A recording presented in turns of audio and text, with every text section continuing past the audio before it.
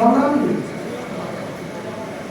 सबसे पहले तो मेरे भाई बाहर खड़े हैं ना, आपको अगर जाट समाज से मोहब्बत है तो अंदर आके मैं आप लोगों से मिलने आया हूँ। सब लोग आ जाइए।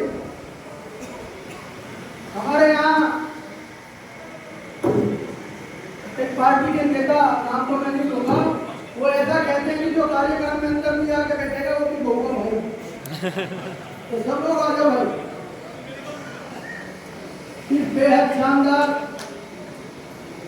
जाट संवाद सम्मेलन के आयोजन के लिए मैं राष्ट्रीय जाट महासभा भारत के राष्ट्रीय महासचिव हमारे बड़े आदरणीय कुलदीप सांगवान जी, दरबारा सिंह जी, प्रदेश अध्यक्ष सुखजन सिंह जी, कुलदीप जी, कुर्बानपुर जी, प्रीतपाल जी, जसवीर जी, मैनेजर साहब, गुलदार जी, सतपाल जी, दलवीर जी और यहाँ मंजा सिंह, हमारे सभी साथी और मेरे सामने बैठे हुए मेरे परिवार के बुजुर्ग और नौजवान दोस्तों,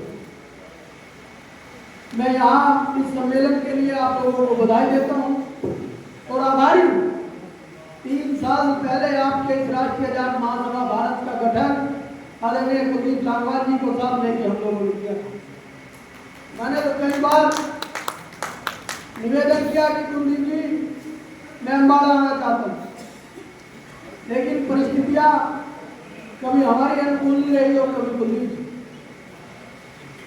ये हमारे लिए सौभाग्य की बात है कि आज आप लोगों के दर्शन करने का मौका कुलदीप सांगवान के माध्यम से मिला।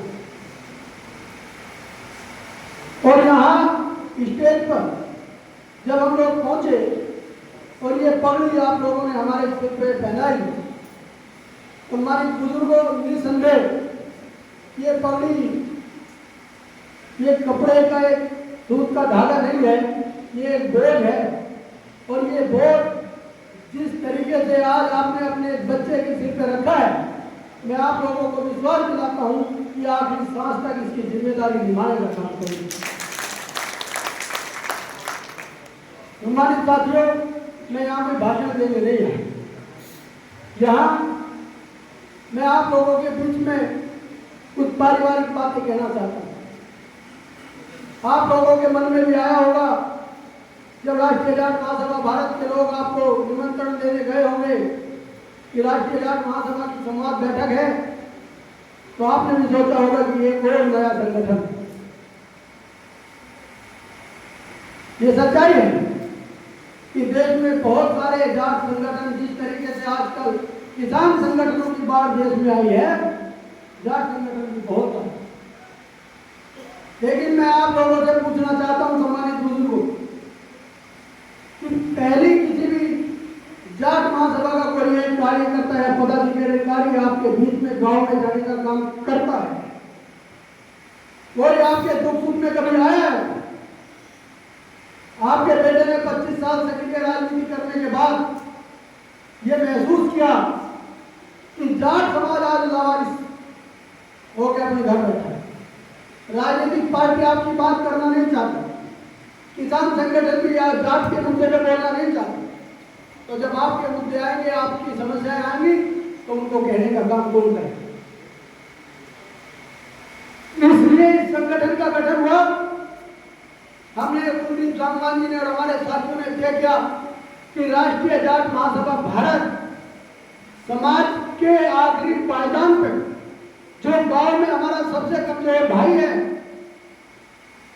हम उसके सम्मान और स्वाभिमान की रक्षा करने के लिए हमने राष्ट्रीय जाट महासभा भारत का गठन किया। और पिछले 3 सालों से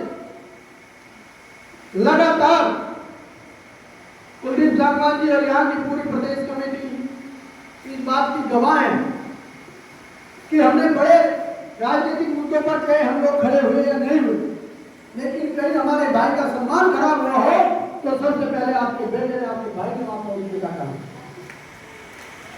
और मैं यहाँ की प्रदेश कमेटी को, कुलदीप सांगवान जी को, दरबारा जी को, सुखजन सिंह जी को भी ये कहना चाहता हूँ कि हम लोगों को नेतागिरी नहीं करते, लेकिन गांव में अगर हमारा कोई भाई परेशान है देखिए सम्मानित साथियों, जो आर्थिक रूप से हमारा भाई मजबूत है, कहीं ना कहीं उसको जरूरत नहीं है संगठनों की, उसको जरूरत नहीं है नेताओं की, वो अपने काम अपने सारे मामले निपटा सकता है।